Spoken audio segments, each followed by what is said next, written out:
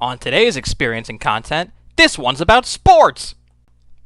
Alright, so it is my goal to make a video that is not 20 plus minutes, but I had to get something off of my chest, and I've been sort of thinking about this a little bit over the last couple weeks, and I wasn't really able to figure out how to express it, so I decided to make a video. Hey, you're watching it now.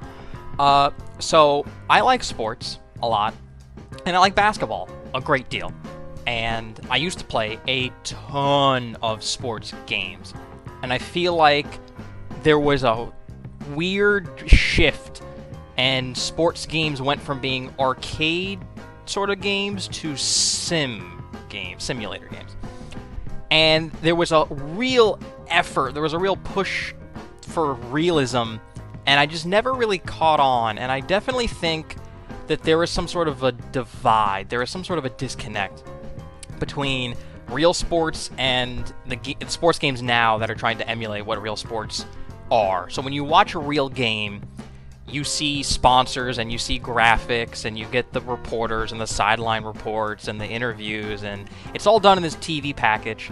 And for some reason, sports games are enamored with the idea of like pure realism. So if you were to watch someone play Madden, it would be like watching a real NFL game.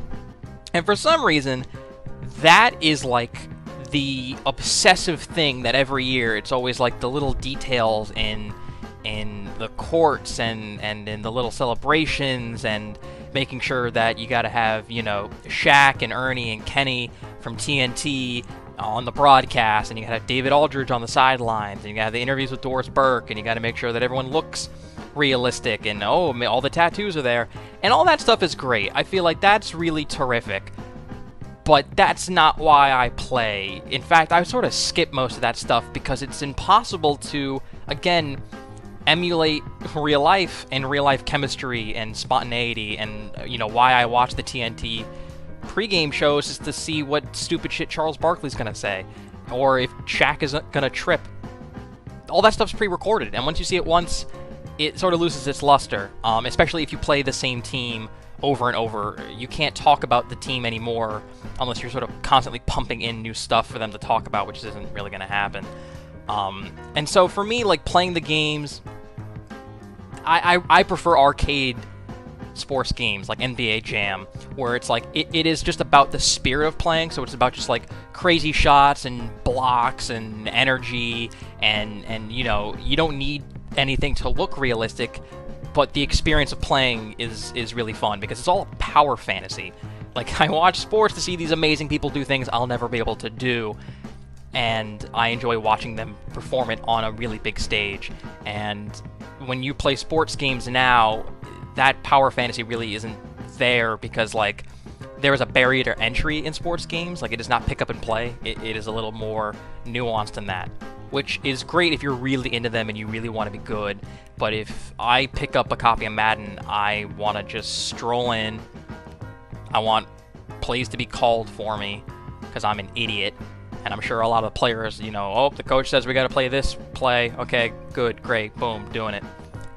And it's just, I don't know, like, here's my biggest example, is that when I turn on an Oklahoma City game, I see Westbrook go out of his goddamn mind, and he'll do crazy, super-powered dunks, and he'll just, or Derrick Rose on the Knicks, he'll just run around people and go right to the rim. And it's like, that's their style, that's their play style. And it is so hard for me to do that in a game. Or if I pick Steph Curry, I just want to launch super long threes and hit them, because he hits them all the time.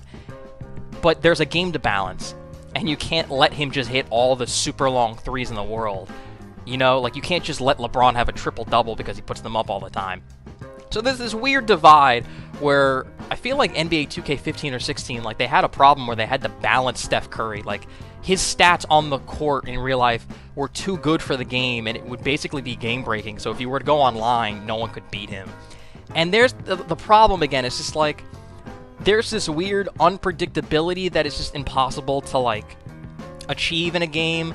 And there's all this weird game stuff that you have to sort of grind through. Like, they put it in this year for NBA 2K17. I downloaded the demo. They gave away it for a free weekend.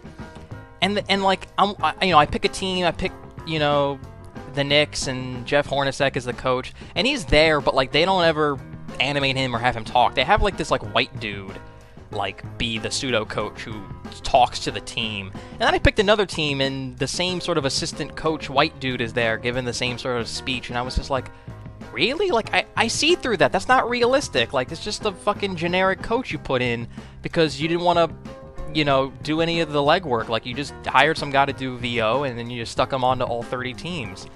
I don't want to see that. You also, I don't want to play as the Knicks bench. I don't want to play bench players. They don't even play that many minutes. They're fucking terrible. The Knicks bench has been awful for a decade. But when I play, the game automatically just, okay, we're going to take out the starters who play 30 minutes a game and put in these awful bench players. You're going to play as them like twice a quarter, you know, like in the second and in the fourth. You're just going to play as the bench players. What? Are you fucking kidding? That's not how basketball works. You don't just play as the bench for all of the second quarter. Like, there's constant rotations. You know, Westbrook might play 40-something minutes. If it's in overtime, he might not never leave the court. But I have to, like, literally manually go into the game and, like, go through the substitutions and, like, make sure Westbrook is, like, you know, on the court at all times. Like, what the fuck?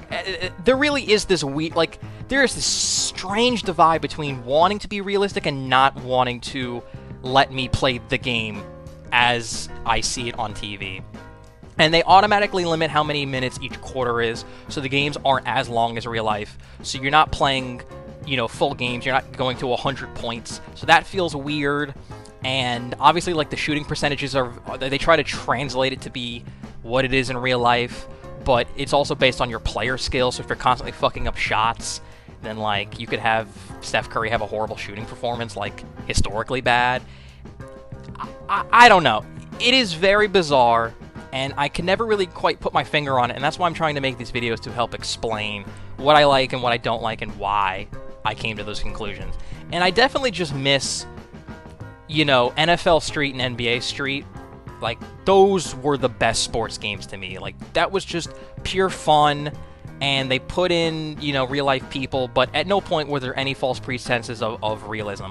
It was just you picked up and you played and you shot and you dunked and you know, and it was just, you blocked and you just did all this crazy stuff and it was amazing. And then I play NBA 2K17, and it is just, the game is almost like fighting me. It is struggling to keep this weird realism for the sake of it, just because they want it to be like you're watching a real broadcast.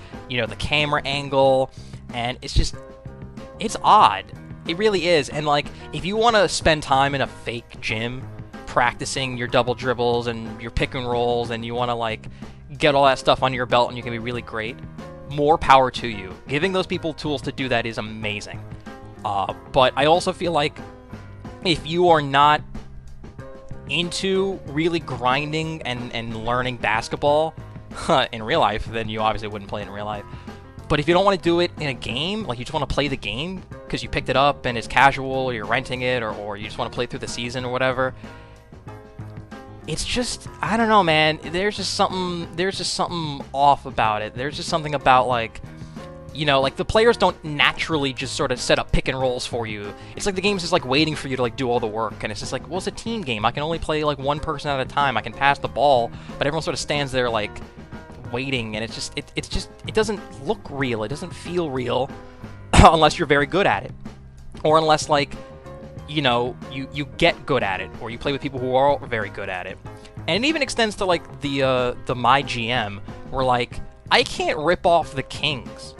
I can't rip off, you know, teams with awful trades. That happens in real life. There are stupid people in real life on these organizations who do terrible trades, terrible moves, and it's like the game is just, like, fighting me. It's like, oh, no, everything has to be on the level. Everything has to be very even and clean, because this is a computer simulation. This is all ones and zeros, and, you know, logic has to rule. Logic doesn't rule in real life. The Kings are abysmal. They're fucking idiots, and yet in the game, the Kings are held to a higher standard because they don't let Vlade Divac and the owner, his, whatever the fuck that guy's name is, some crazy name, Ronadive or something like that, they don't let them just do fucking crazy nonsense in NBA 2K17, but in real life, every day they do stupid shit.